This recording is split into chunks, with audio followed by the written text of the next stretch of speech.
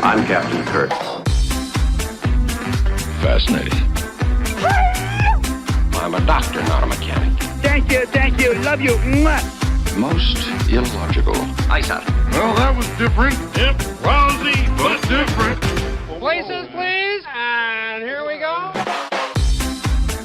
Welcome, ladies, gentlemen, bears, Cardassians, and things, to episode 101 of the MuppeTrek Podcast. I'm Steve. And I'm Jarman, and we're here to compare, contrast, and confer about our two favorite franchises. And what are those, Steve?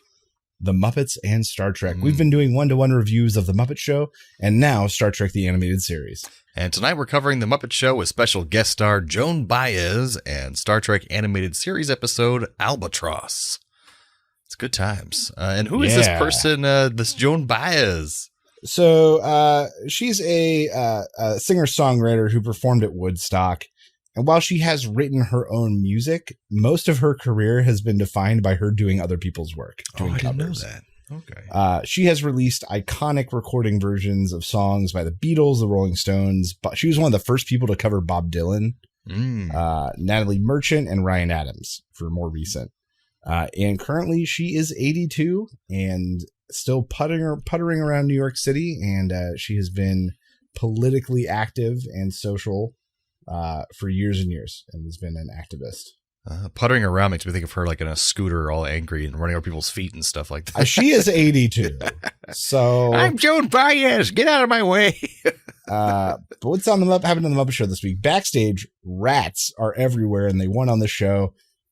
Kermit tells Beauregard to take care of them, but Beauregard is an idiot and thinks that he wants them to like be treated as guests, and they elect Beauregard their president.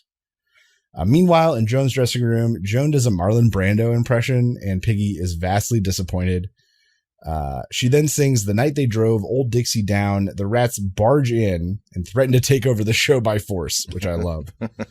Kermit wants Beauregard to get rid of the rats. Beauregard refuses, and Kermit fires him. Beauregard heads to his storeroom. Piggy is there, and she consoles him, and they talk to the rats about how they took advantage of him and they're not making people happy and entertaining people. And the rats are like, oh, that's all we got to do to get food is entertain people. Let's go.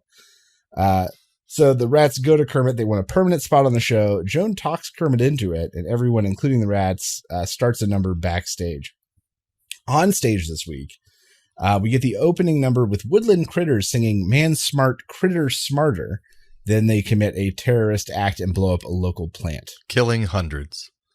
Joan hits the stage. She performs Honest Lullaby, where she's in sort of a kid's room singing about, the song is actually about her son, but about growing up and her own upbringing. It's like a sweet, subtle song. Yeah. After this, we get the crew of the Swine Trek, where the rats have come and take over, and Lynn Cogthorpe handles them, and more rats show up. Next we have Zoot and Janice singing Blackbird. Not Zoot, Floyd. What a shame. Floyd Pepper and Janice singing Blackbird by the Beatles up in a tree looking at a bird. Mm-hmm. Fozzie then hits the stage, joined by woodland critters, telling lots of like woodland and tree kind of jokes, but even this crowd doesn't like it like at all. And his mother attempts to kill him with a rock. Fozzie's mother? Yeah, a rock comes flying at him, and he goes, "It's okay, Mom, I'll get off the stage." Oh, I missed that one. It was like a one-off, but I was like, "Oh my god!" Jeez. So then this is where what happens on stage makes no sense. So after Fozzie is on stage, presumably, all of a sudden, a ton of Muppets in two giant circles show up with Joan in the middle of a song. Will the circle be unbroken? Presumably, this is what the audience sees. Kermit thanks Joan once more. The rats attempt to steal his identity, and they eventually body snatch the entire cast, including Statler and Waldorf. And this is what we call the Muppet Show. Chaos. So, Jarman, what did you think of this episode with Joan Baez? I liked it a lot. I think Joan was a great host. She was a lot more funny than I thought she would be, because she seemed kind of serious for her first number, doing the bedtime story. But then she did like a Marlon Brando impression, and she was doing voices and like making such silly jokes, and she seemed really comfortable with the Muppets. She didn't seem like she was uncomfortable at all, and she was a decent comedic actress as well. The only thing I didn't like was that it was lacking a lot of story for each individual scene, like, and not just one of the Joan Baez, but like it just felt like it was song after song after song, and there wasn't a whole lot of like good sketches.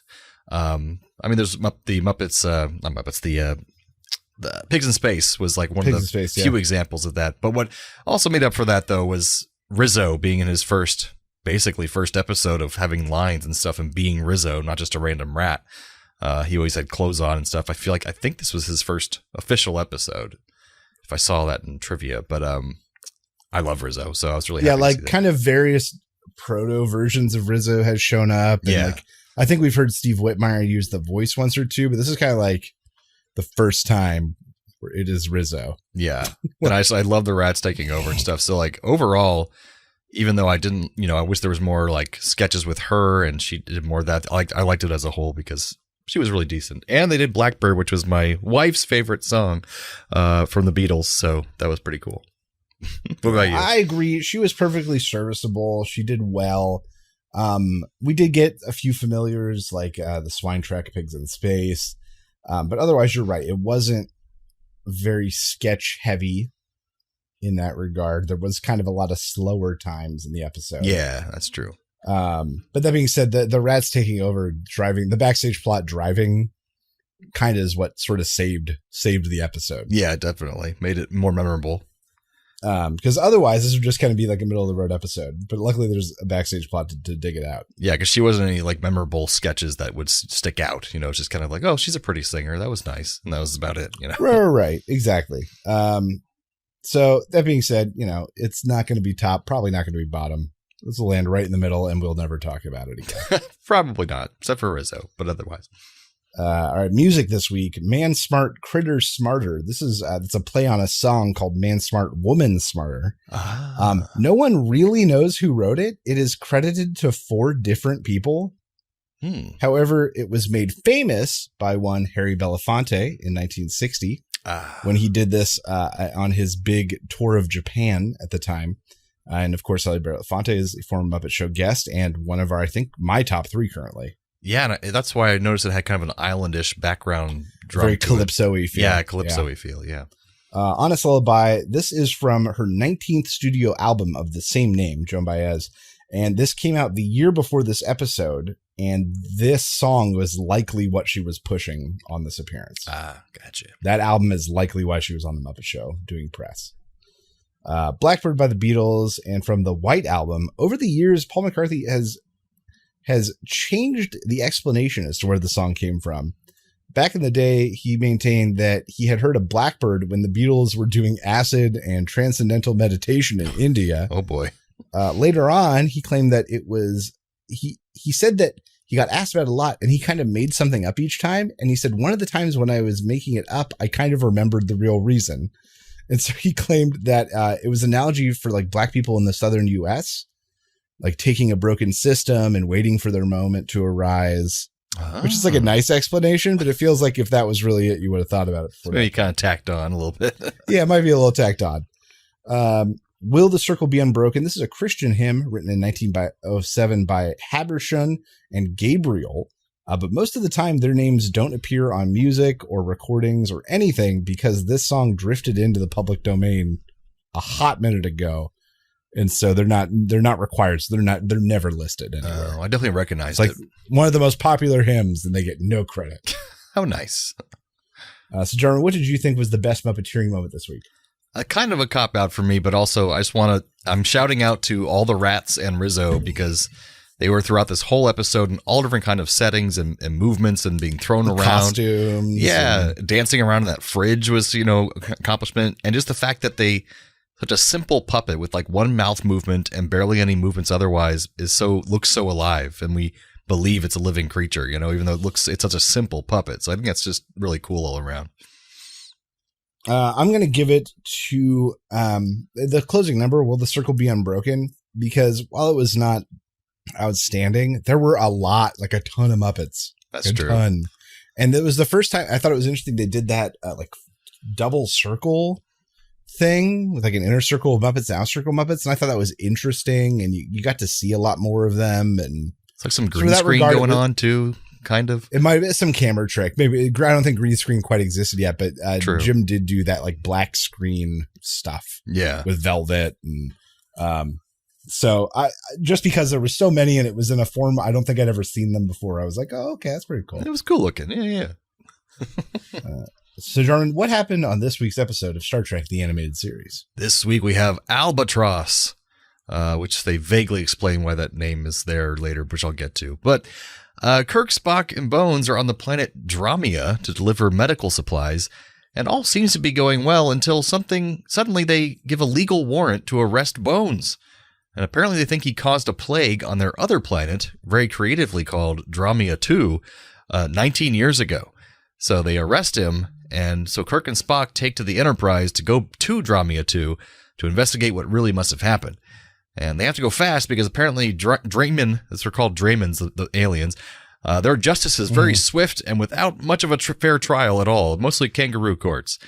So on the way to Dramia 2, they realize they're being followed by another Draman, so they pretend not to see him as he boards their ship, and they detain him once he gets on board, but they let him accompany them to the planet's surface.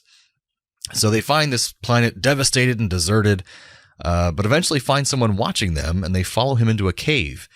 And apparently he's a feral Draman who returned to the planet after the plague, not knowing what had happened, and he's been stuck there ever since. But then in the cave is another Draman, and this one is an old guy named Kol Tai, who apparently survived the plague, but doesn't know why. But he vouches for Bones' character because Bones had just saved him from another illness before the plague hit. So he doesn't believe the same doctor that would save his life would then go and kill all those people. So they decide to take Kol Tai back with them to Dramia as evidence of Bones' innocence. But on the way back, however, the whole ship gets the same plague from 19 years before. This first turns them blue, then green, and then it's supposed to turn them red right before they're about to die. But luckily, Vulcans are not affected.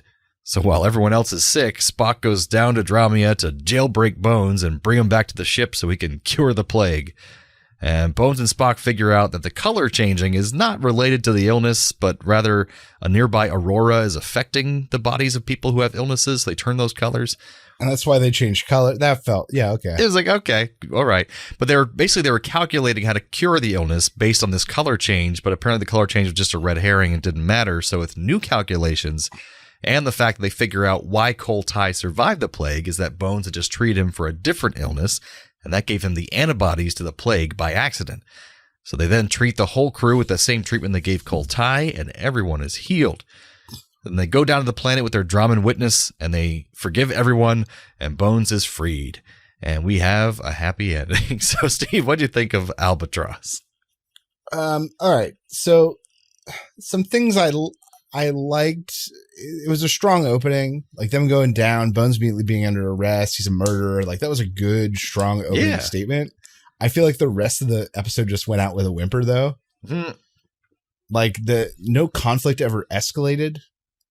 Like they were running for a while, and then they got a little bit of information, and then everyone was sick. And I was like, oh, so the episode's like over for most of the cast. All right, cool. I did think the changing colors thing was interesting. It was cute. Certainly not something we had seen before, and it really did lend this, like, what the hell kind of disease is this? And they're like, oh, he's turning purple. He's almost going to die. Like, that's the color before you die. I was like, oh, okay. Got it. It's a color clock. But for a episode that was so Bones-centric, they took him out of play for such a huge chunk of it that I was like, oh, this feels like a waste. Yeah, like he wasn't in most of the episode.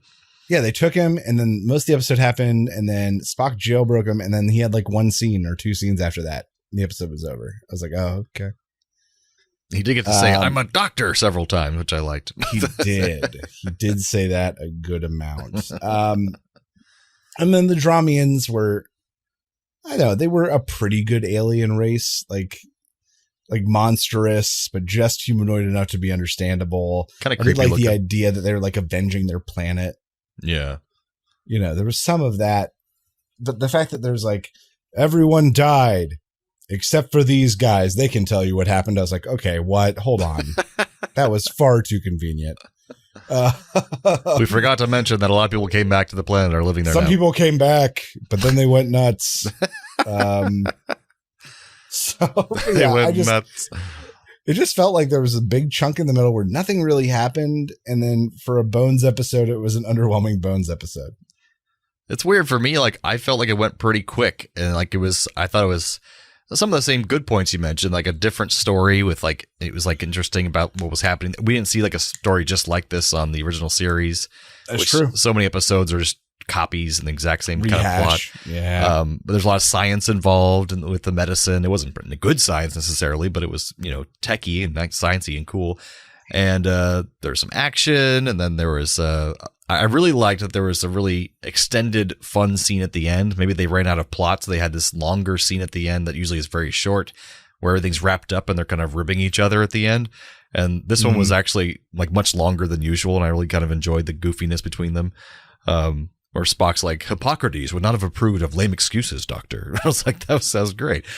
So yeah, I actually liked this a lot more than I thought I would. And it just went right by really fast. And they also mentioned the Hall of Justice, which is hilarious because the Brahmins have a Hall of Justice like the Justice League. So that was pretty funny. That's where Superman is. That's right. He lives on this planet, Dramia 1. Drojo 1. So actually, this is like surprisingly towards the top of season 2 for me right now. Wow, really? Yeah, because it felt like a really quick and well done cartoon episode that went by fast, had a good plot, it had some funny moments. Now, mind you, season 2 only has 6 episodes? Exactly. So you might be right. Like, I could get to the end of the season and go, wow, that was one of the better ones. I mean, it's not going to be Bem, so No, it's certainly not going to be Bem. I agree with that. So maybe you're right. Maybe I'm thinking about this in context of the entire show and not of in this season. There were much better season 1 episodes for sure. So some trivia for this thing, just a couple little things. The title Albatross is most likely referring to the metaphorical usage of the word albatross that has its origins in Samuel Taylor Coleridge's poem, The Rime of the Ancient Mariner, where the albatross symbolizes a psychological burden that feels like a curse. And in this story, Bones is in a sort of similar way haunted by the possibility that his actions may have in fact somehow caused an outbreak of a disastrous plague that completely eradicated the population of an entire planet. So he has like that albatross around his neck, but it's really reaching, and I think it's a terrible name for this episode. This installment apparently contradicts the writer's director's guide for Star Trek: The Original Series, which describes Bones as having joined Starfleet only in middle age after he was divorced. That would mean he couldn't have worked in Dramia 2 during his early adulthood, but others say maybe he was there in a different capacity, just as a traveling doctor or something, not necessarily with Starfleet, but it's hard to say. But that's a nitpicky thing. There's not much trivia for these episodes. That was pretty much about it. So, Steve, what are our Trek Connection, Muppet Connections for this episode? Oh, boy. They are a doozy. Well, one of them's a gimme. In the song Honest Lullaby, Joan's talking about sort of her own youth and the things that her son loves, and she mentions that he loves Enterprise communicators. That's like one of the things in his room. And then both Leonard Nimoy and Joan Baez released covers of the song If I Were a Carpenter by Bobby Darin. I have it on CD. Thank God that Leonard Nimoy had a weird music career, because it has helped me with so many of these. If you listen to it, it's pretty painful to listen to it. If I were a carpenter. This is not a connection. This is just something weird I found during this. Mm-hmm. So just know this is not a connection. Okay. So in 1987, there was like a mockumentary style movie named Bruno that came out. Yeah. It starred Bruce Willis playing a fake rock and roll star. It looks very much in the vein of like This Is Spinal Tap or Walk Hard. Okay. And in the movie, they interview all these actual musicians and get them to attest to like Bruno's brilliance and how he had influence on their careers. And among all of these musicians, one of them was Joan Baez. And also Elton John, former guest. Wow. This is a 97 movie? 87. Oh, 87. Bruce Willis. It's the beginning of his career. Yeah. Weird. He is in a band, or he tries to be in a band for a long time. He had like a semi-hit back in the late 80s, early 90s too. There we go. Sorry, I got that name wrong. It's The Return of Bruno. The Return of Bruno. Return of Bruno. And it looks very much like Walk Hard. He had that song, Express Yourself. That was the one song Bruce Willis released. All right. That was very neat. Yeah. considering the same episodes here. These two are just exactly the same. I'm surprised I didn't find more. I agree. Well, both of them feature mistaken identities. Piggy comes in expecting Joan Baez, but instead gets Marlon Brando. And the Dromians think McCoy is a murderer, but instead they find that he's not a murderer. Oh, I have something so similar. Sweet. Both have a character figuring out that someone was not who they hoped they would be. Because Kirk, Spock, and McCoy with the Droman Supreme Prefect when all seems well, and then he accuses Bones of murder. And Miss Piggy meeting Joan Baez when she turns around doing her Marlon Brando impersonation. Very nice. Both feature an unwelcome guest on a spaceship, the stowaway, or the, I guess, broken entering, I guess, on the Enterprise, and the rats on the swine track. That's a good one. Both contain something infesting a planet that is killing the indigenous life. The factories making the animals sick in the Man Smart, Critter Smart number on the Muppets, and the Aurora Plague on Star Trek. I can see it. Yeah, it's very true. Oh, God. Oh, what's that? Transporter malfunction. Transporter malfunction. All right, it's a part of the episode where we transport one character from one episode to the other, and then vice versa. So what you got for us, Steve? Trek to Muppets this week. I'm going to bring over the Dromians and replace the rats, them trying to take over the Muppet Show and find a new home after being forced from their planet by disease. It's so much more serious. But in the end, they know that they have to sing and dance for food. Dance, aliens, dance. Star Trek to Muppets, I'd have Spock go over to take the place of Beauregard. I think it'd be hilarious to have him become the president of the rats. It is only logical that I am president. I can reach the high shelves. And also having him just being the janitor of the Muppet Theater would be hilarious. I don't know why. Kermit firing Spock. I understand. Thank you. Muppets to Trek, I'm going to bring over the rats. And instead of a sickness where they all change colors, they're just all slowly changing to rats. Really New York rats with New York accents, too. Or like that's what's after purple is they turn into rats. Muppets of Star Trek, I'd have Joan Baez come over to replace the old Draman Cole Ty who survived the plague. She could tell Kirk the story of what happened with Bones through a folksy song in the cave, and that'd be wonderful. That would be wonderful. You're not wrong. Yeah. So, that brings us to the end of episode 101 of the MuppeTrek Podcast. Join us next time for the Muppet Show with special guest Shirley Bassey. An animated series episode, How Sharper Than a Serpent's Tooth. Stupid. So from the lovers, the dreamers, and us. Live long and prosper, everyone. Thanks for listening to the MuppeTrek Podcast. Be sure to follow us on social media on Facebook and Twitter. Subscribe to us on Apple Podcasts, YouTube, Spotify, or your favorite podcast platform. This podcast has been brought to you by A Play on Nerds.